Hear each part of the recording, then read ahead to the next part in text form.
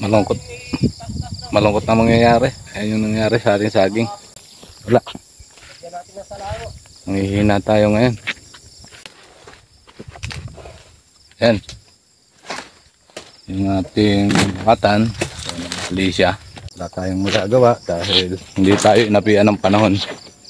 Kung ito nakalaki, more than 15 kilos. So bungahan na to, marami ng bunga itong mga saging natin dito. Ang laki ng talo natin, kaya kailangan natin bumawi. Ayan, half hectare, sayang.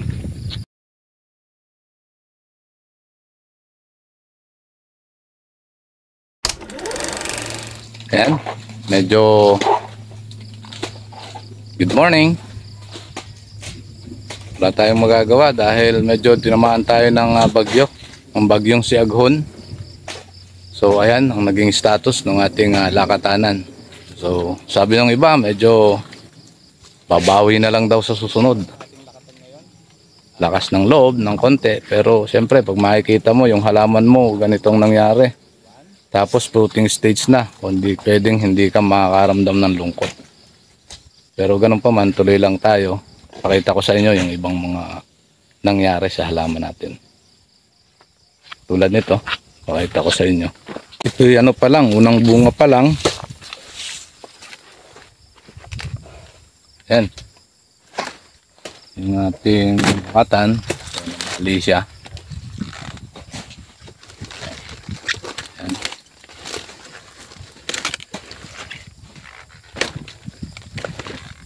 Isang bunch na lang yung natira, pero 7 bunch yan kasi natanggalan ko na dati ito ng puso.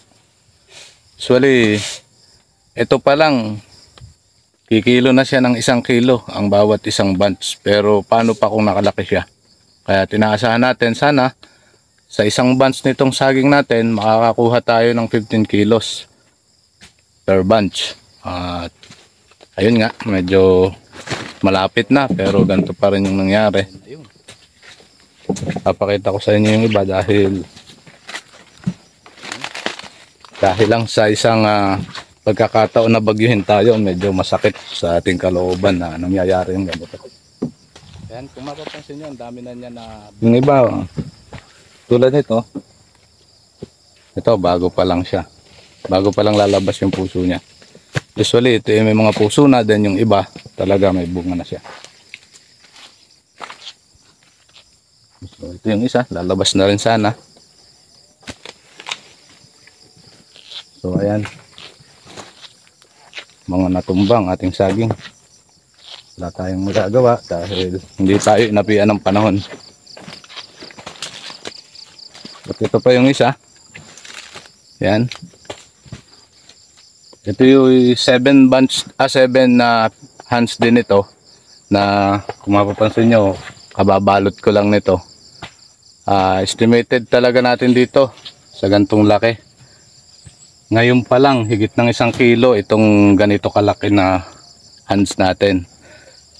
Kung ito yung nakalaki, more than 15 kilos possible makuha natin, ma-harvest natin sana dito. Kaya lang ito nakakalungkot dahil binagyo nga tayo. So ito pa yung isa sa katabi niya. Yan pa yung isa. So ganun din. Medyo maliit pa lang siya ngayon, pero ganun din kalaki yung magiging buwig niya. Ang laki ng buwig. Pinayos nga ipakita sa inyo para na sa ganun maging prepared tayo. Kasi hindi natin inaasahan yung ganitong pangyayari dahil lang akala natin timing na yung pagtatanim natin, hindi tayo tatamaan ng bagyo. Kasi iniisip na bagyo mag-i-start pa siya ng September. So kaya lang maaga yung dalaw ng bagyo ngayon, May pa lang dinalaw na tayo ng bagyong Aghon. Ayun tuloy ang nangyari.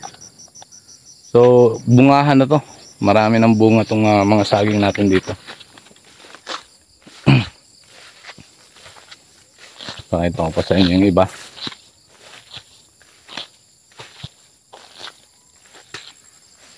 Ang laki ng talo natin, kaya kailangan natin bumawi. Dapat mag-trigger to para lalo tayong sipagin at makapagtanim tayo ng mas marami Kaya lang talagang ganon, hindi natin kayang sabihin bagay tinatakda ng panahon.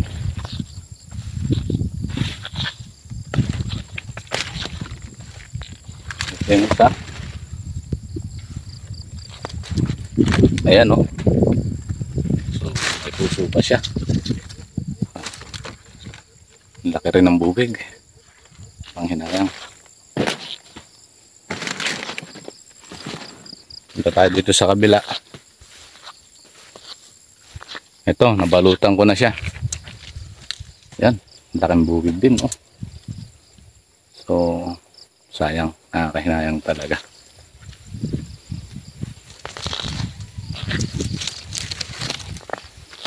Halos almost kalahati na yung may puso. Merong ayan, oh, lalaki ng ating lakatan na buwig, kaya lang ay sira pa. Gandung. So, ayan. Half hectare. Sayang.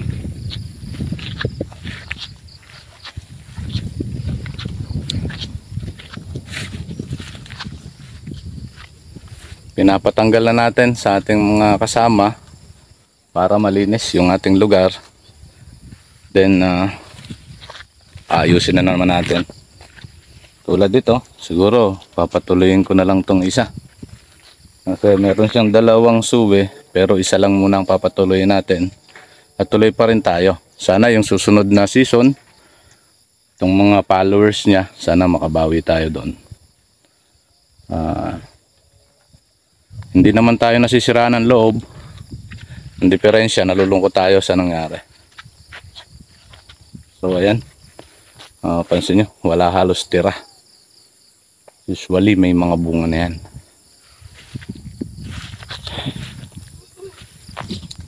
Ayan. Kaya papakita ko sa inyo yung mga kasama natin. Kasama natin magtrabaho dito.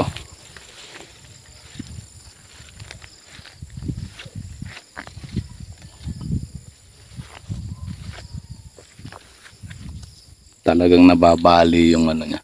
Nababali yung puno niya. Yung isa baliri. Yan. Hindi siya basta-basta natutumba dahil lang sa yung nabubunot, kundi nababali siya. Meron tayo pang ulam. So, nababali yung puno. Yung iba hindi ginagawang ulam to, pero sa totoo lang ito, may nakatayo pang isa. Pero tingnan mo naman, parang umbrella na isinara. At ito na naman. So ayan. Ang lalaking buwig.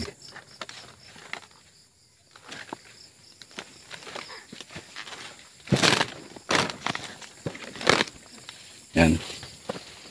So siguro hanggang dito na lamang. Medyo papahinga muna tayo dahil sa totoo lang nawawalan ako ng lakas habang nakikita ko yung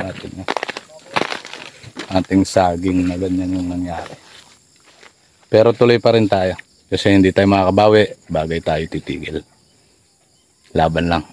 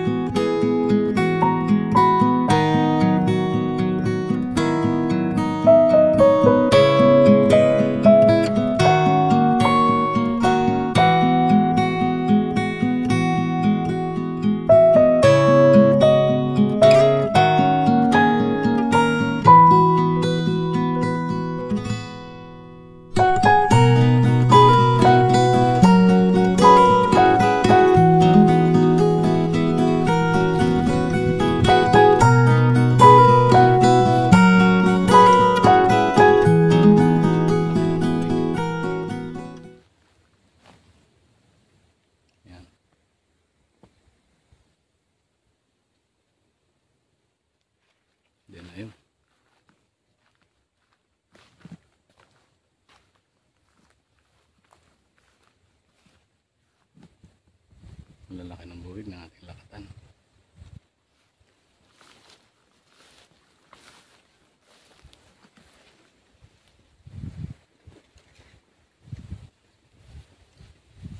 Hanggang doon sa kabila.